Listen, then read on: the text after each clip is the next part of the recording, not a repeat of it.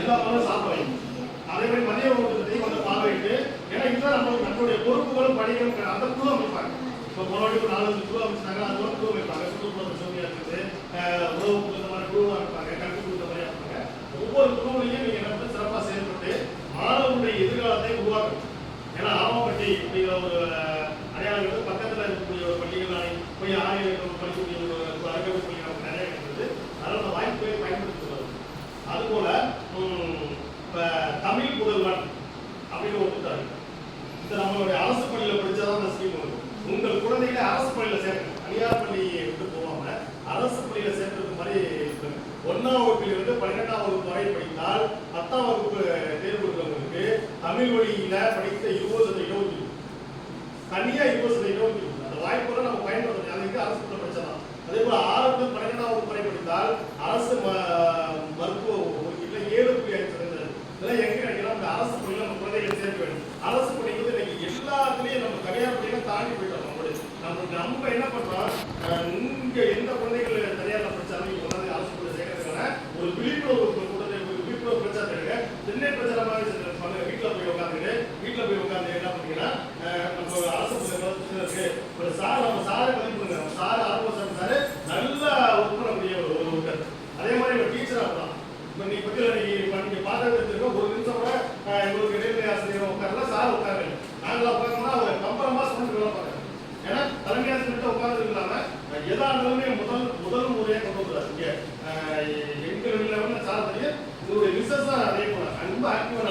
ஏன்னா அரசு பள்ளி மாணவர்களுக்காக உழைக்கக்கூடியவர். இப்படி இருக்கும்போது நீங்க ஏன் போய் தனியார் பள்ளியில் சேர்க்கணும்? தனியார் பள்ளி சேர்த்து என்ன நமக்கு என்ன கிடைக்கும் சொல்லுங்க.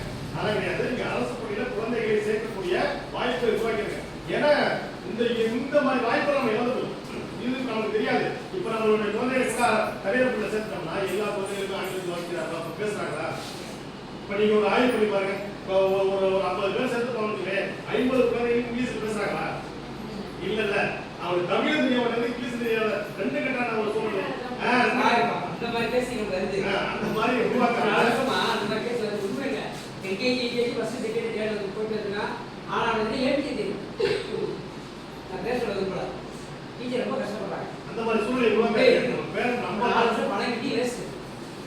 நம்ம நினைச்சோம்னா அரசு பள்ளியில நம்ம மாணவர்கள் அதிகரிக்கலாம். அதே போல நீங்க மாணவர்கள் நிறைய அதிகரிச்சுன்னா ஒரு போஸ்டிங் கிடைக்கும். படிச்சவங்களுக்கு வேலை கிடைக்கும். இடைநிலை ஆசிரியர் எத்தனை பேர் படிச்சிருப்பாங்க. படிச்சவங்களுக்கு ஒரு வேலை உருவாக்க அரசு பள்ளி நீங்க அரசு வேலைகளும் நம்ம எதிர்பார்க்கல. அதே போல அரசு பள்ளியில சேர்க்கிறதாங்க. இதே மாதிரி எத்தனை குழந்தைகள் வெளியில படிச்சாலும் நீங்க இறங்கி பேசுறீங்கனாலே ஆட்டோமேட்டிக்கா நிச்சயமாக ஒரு மாற்றத்தை ஏற்படுத்த முடியும். அந்த ஒரு மாற்றம் உங்க கையில் தான் இருக்கு. 2 ஆண்டுகளுக்கு பிறகு எழுதி 9 கூட்டத்துக்கு பிறகு சார் கீழே நம்ம இந்த பணி மேலாண்மை கூட்டத்தில் நம்ம என்ன செஞ்சிருக்கோம், அடுத்த என்ன செய்ய போறோம்.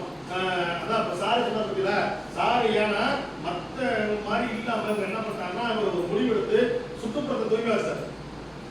சுற்றுப்புறத்தை தூய்மையா வச்ச பிறகு வந்தவங்க ஃபர்ஸ்ட் சொல்லுவாங்க. உள்ள ஒரு 15 சார் சிறப்பா வச்சிருக்காரு, அமைதியா வச்சிருக்காரு. உள்ள அதுக்கு அடுத்த கட்டத்தில் வருவாங்க. அவங்க எல்லாம் என்ன பண்றாங்க, சுற்றுப்புற தூய்மையா இருக்கா, தூய்மையா இருக்க போதே என்ன பண்ணுவீங்கன்னா ஒரு முடிவு பண்ணிப்பாங்க. ஒவ்வொரு மனிதனை வந்து அவங்க முடிவு பண்ண பார்த்தீங்கன்னா இங்க போனா போய் உங்களோட பேச்சுனே சரி வருஷமா சேர்த்துவாங்க. அந்த மாதிரி எல்லா இடத்துலையும் போய் நிறைய இடத்துல பார்த்துருக்காங்க. ஆனா இங்க வந்து பாராட்டிட்டு இருக்காங்க. அதனால உங்களுக்கு